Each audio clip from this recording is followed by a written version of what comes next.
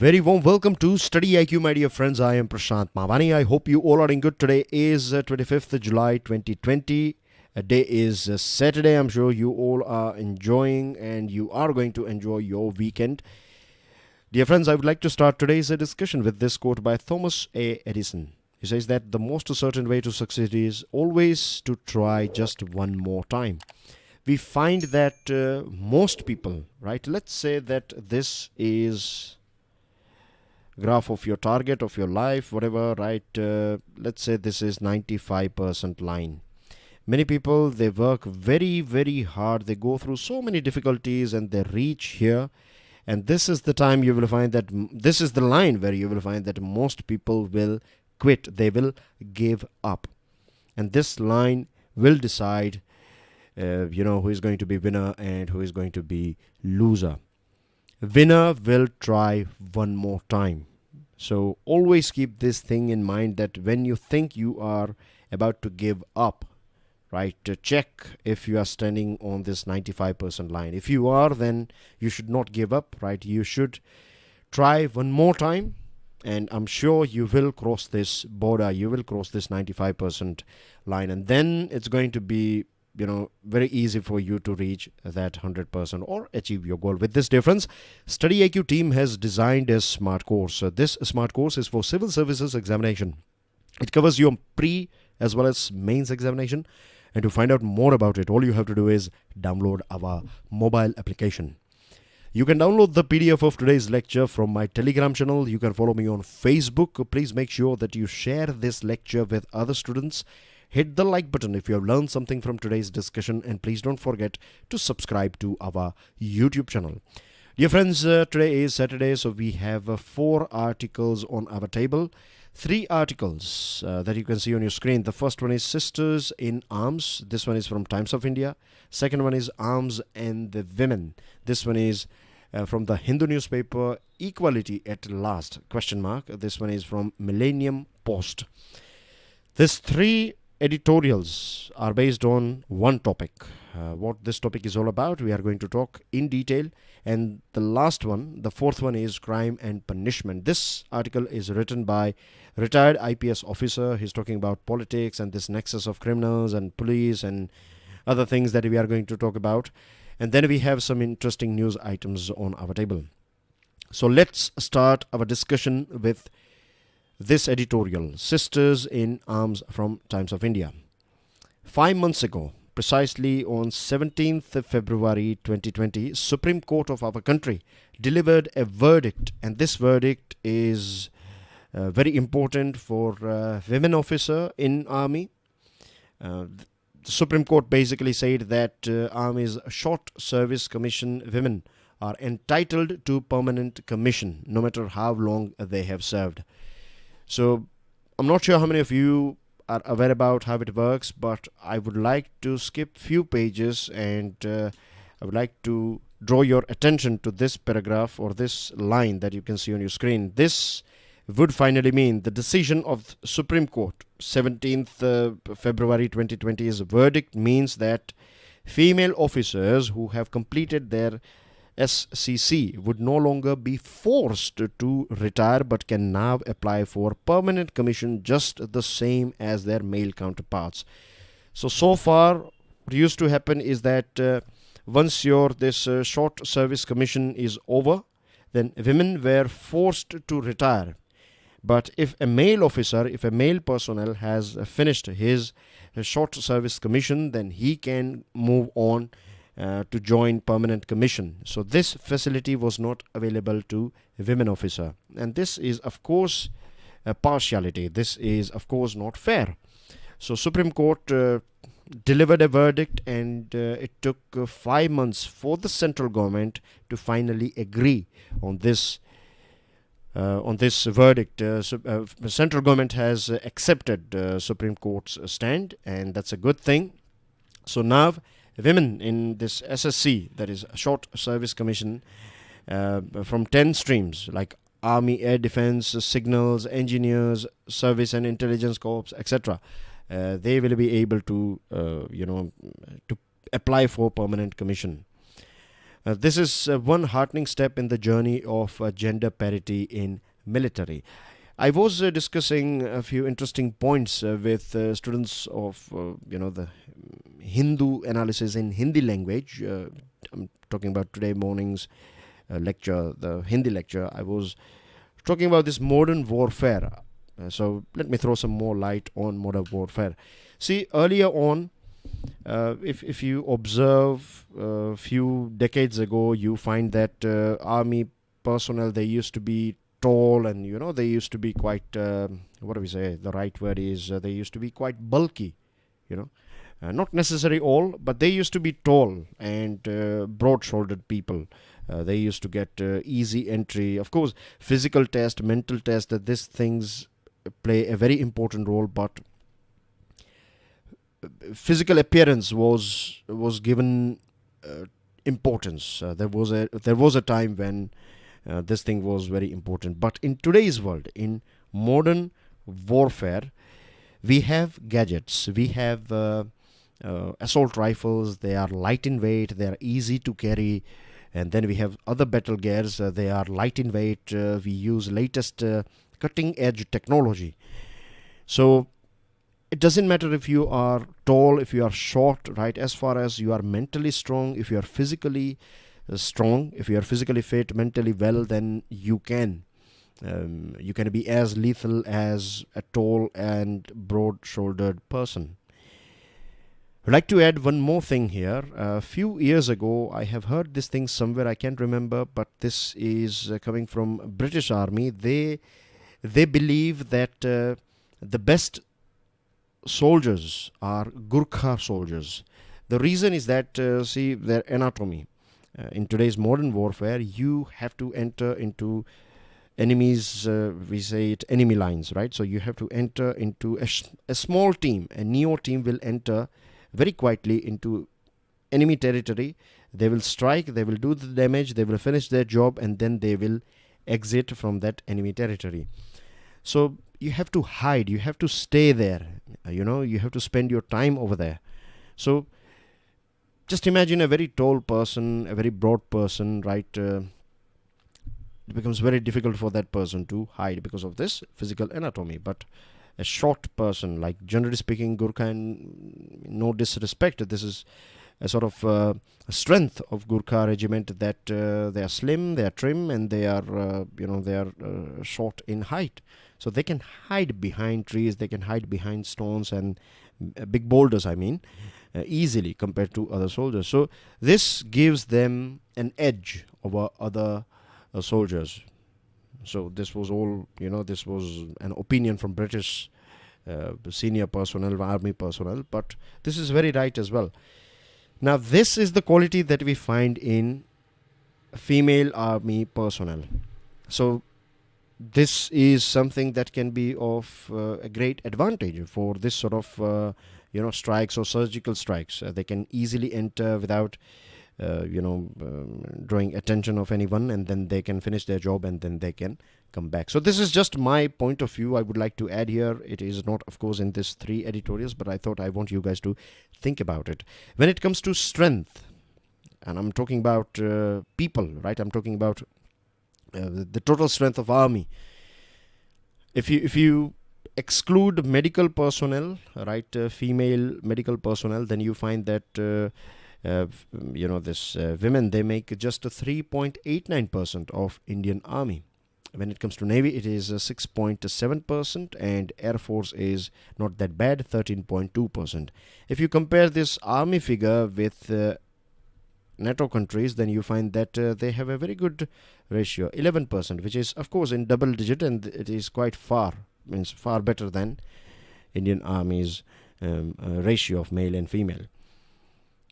When it comes to elite forces, when it comes to combat roles, still remember that combat roles are not yet open for women in our country. But I believe this is just a first step. As you can see, this picture, it is, if you meditate on this thing, then you find that step by step, women are going to be there, right there on this. Combat roles are the toughest, right? It requires Olympic level or more than Olympic level physical fitness, Of course, mental fitness is one of the most important thing. Then comes physical fitness. So it's not that easy for anyone. Doesn't matter if you are a man or a woman. It becomes very difficult. It's very challenging to get into the team of elite force. So of course we have these high standards and everyone has to follow it. But then again, it all depends on your training. First of all, you need to have that caliber. If you have that, then your trainers, they play a very important role. It's all about training. It's all about practice. So if you can customize training, if you can add those things in training center, in training sessions, then I believe anyone, it doesn't matter if you are a man or a woman, you can reach that level, you can achieve that level. The physical and mental standards for the role must be uniform and gender neutral, and women and men free to compete for them. Young men today are more used to seeing women as peers and occupying leading public roles, and this is right. It is very common now, and that's how it should be. This reminds me of Genghis Khan or Genghis Khan. I'm sure you know the history of Genghis Khan or Genghis Khan. He has ruled biggest kingdom so far in registered history. It was developed by Genghis Khan, and I believe that one of the main reason why he succeeded or why he was successful in expanding his kingdom was because he was against nepotism. He used to hire the best man for the job. If you have that caliber, then he will make you commander, or he will give you finance minister's position, anything. So this is something that we need in today's world as well, in our society, in our army, in our defense forces. The best person, it doesn't matter if you are third gender, if you are male or female, if you have that caliber, then doors should be open for you. If we can do that thing, if we can achieve that thing, then we will get that cutting edge. Then we have some more points, right? Ministry of Defense issued a formal letter granting permanent commission to women officers in Indian Army. It was an uphill battle to break a gender stereotype and provide equal opportunities for women in Army. Supreme Court has said that grant permanent commission to women in SSC and giving them command postings in all services other than combat. Supreme Court has also noted this very important thing, that Indian Army women officers have brought laurels to the force. And Supreme Court has mentioned Rani of Jhansi. And on your screen, you can see this lady here, right? Squadron leader, to be precise, Minti Agrawal. And, she played a very important role. She guided Wing Commander Abhinandan Vardhaman during Balakot airstrike.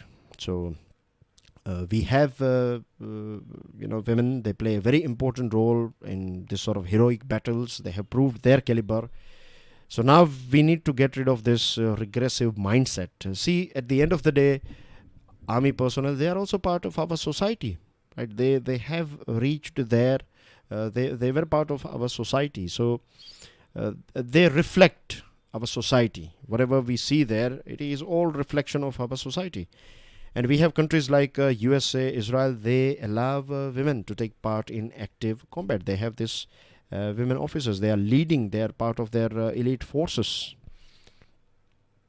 For decades, female officers had witnessed their male colleagues rose to higher ranks. This was an inequality that was going on. And this whole battle started back in 1992.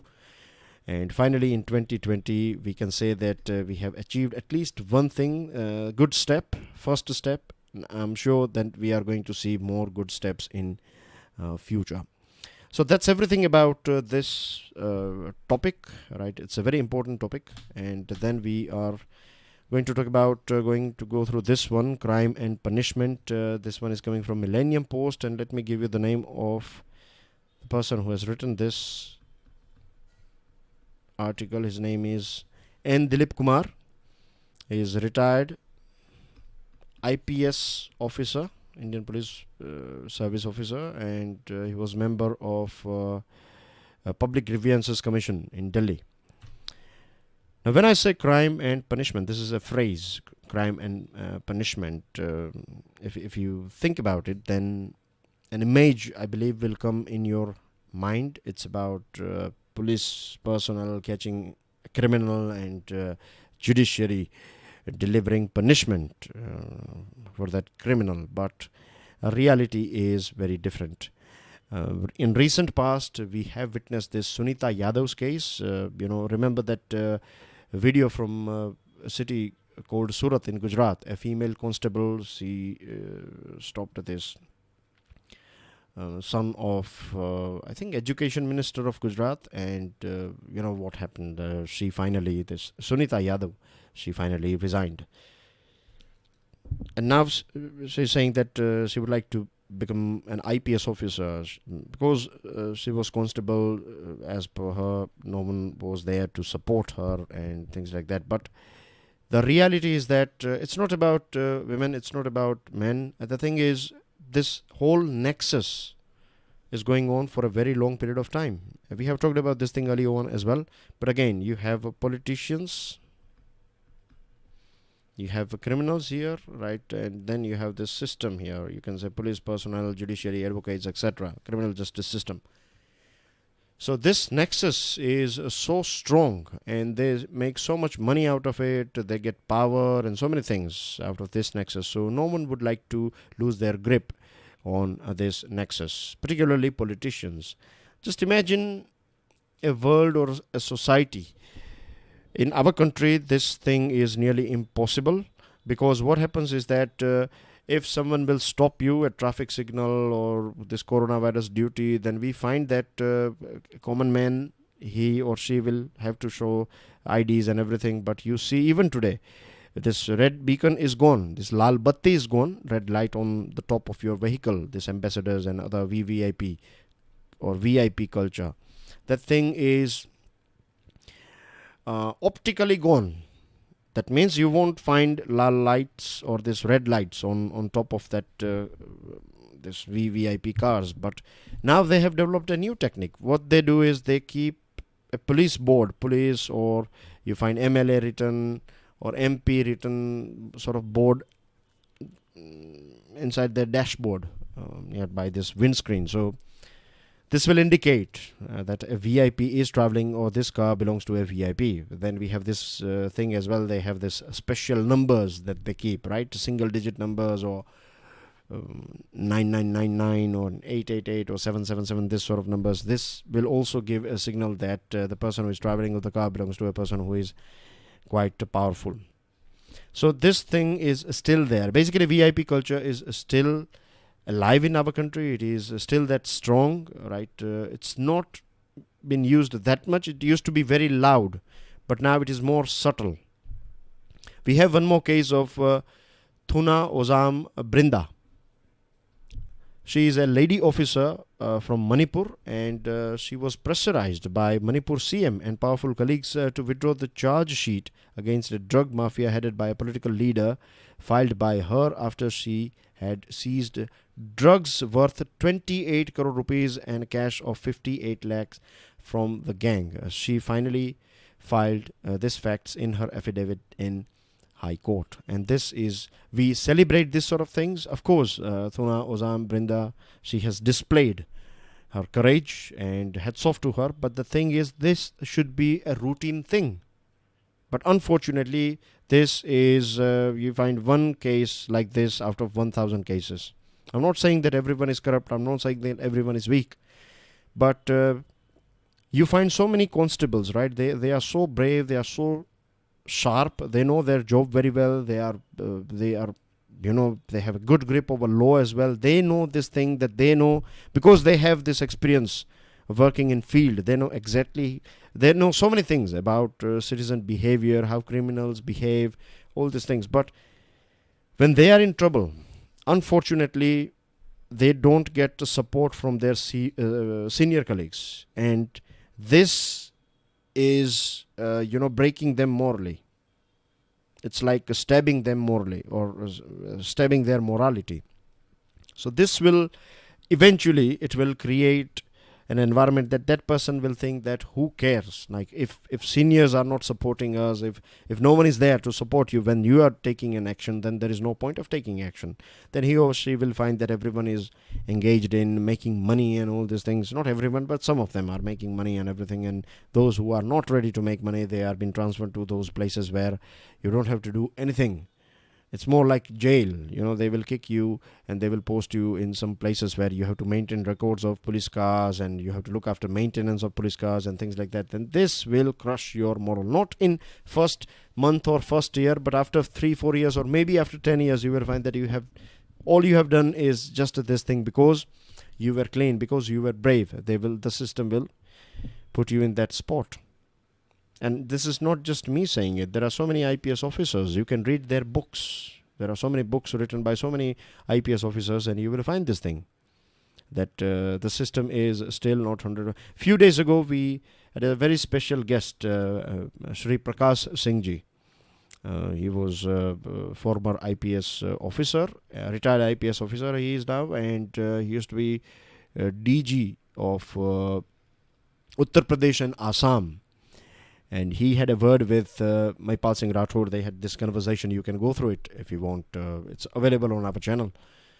And in that as well, he is talking about these 7 police reforms. And it's very difficult to implement them because this nexus is going on. See the case of Vikas Dubey. He was not part of this 25 most wanted criminals list that was released by Uttar Pradesh government a few days before he ambushed policemen. So the question is why he was not there on the list of 25 most wanted criminals in Uttar Pradesh, who worked to make sure that he is not part of this top 25 most wanted criminals. Of course, some politicians, of course, some bureaucrats were trying to, or they have used their power to save this Vikas Dubey.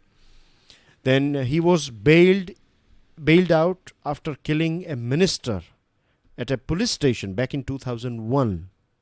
Then also he was out, and then later on he became stronger and stronger in terms of money, in terms of in terms of politics, in terms of his criminal records. He was having some 65 plus cases against him.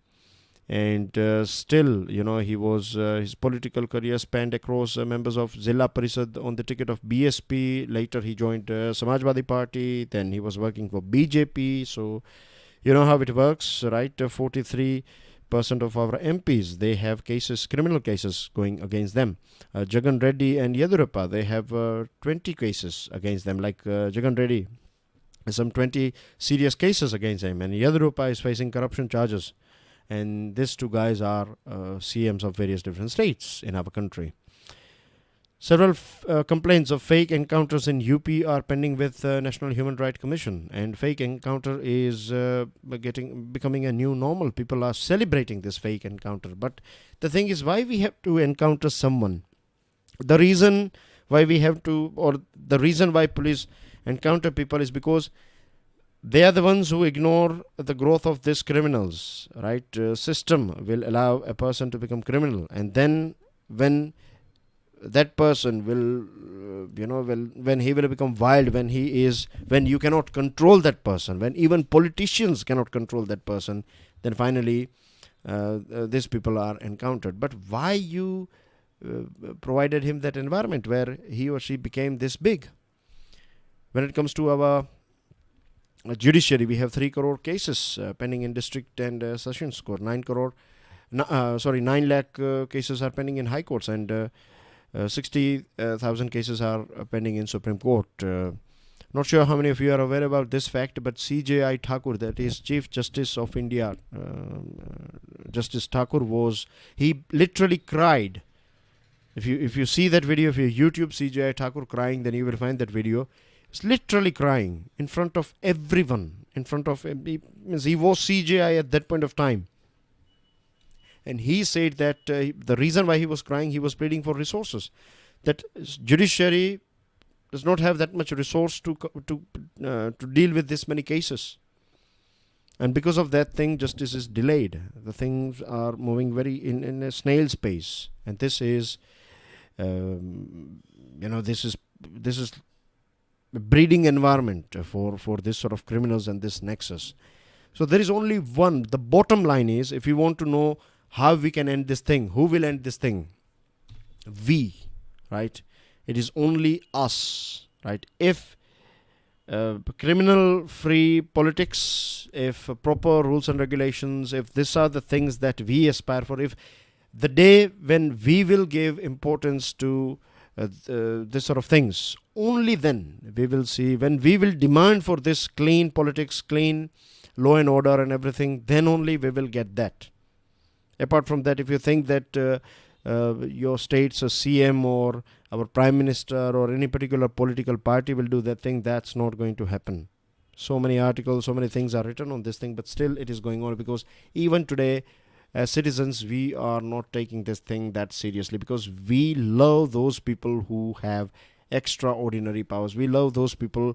We like to see our leaders who have who are limitless, who are above law. They can do anything they like. We like this sort of powerful people, and that's why we are again and again giving votes, and again helping this sort of people to win election, and then they are the ones who are looting our resources, isn't it? So think about it. This is a very important topic. You will find this topic in your mains examination, maybe maybe as an essay or a general studies question.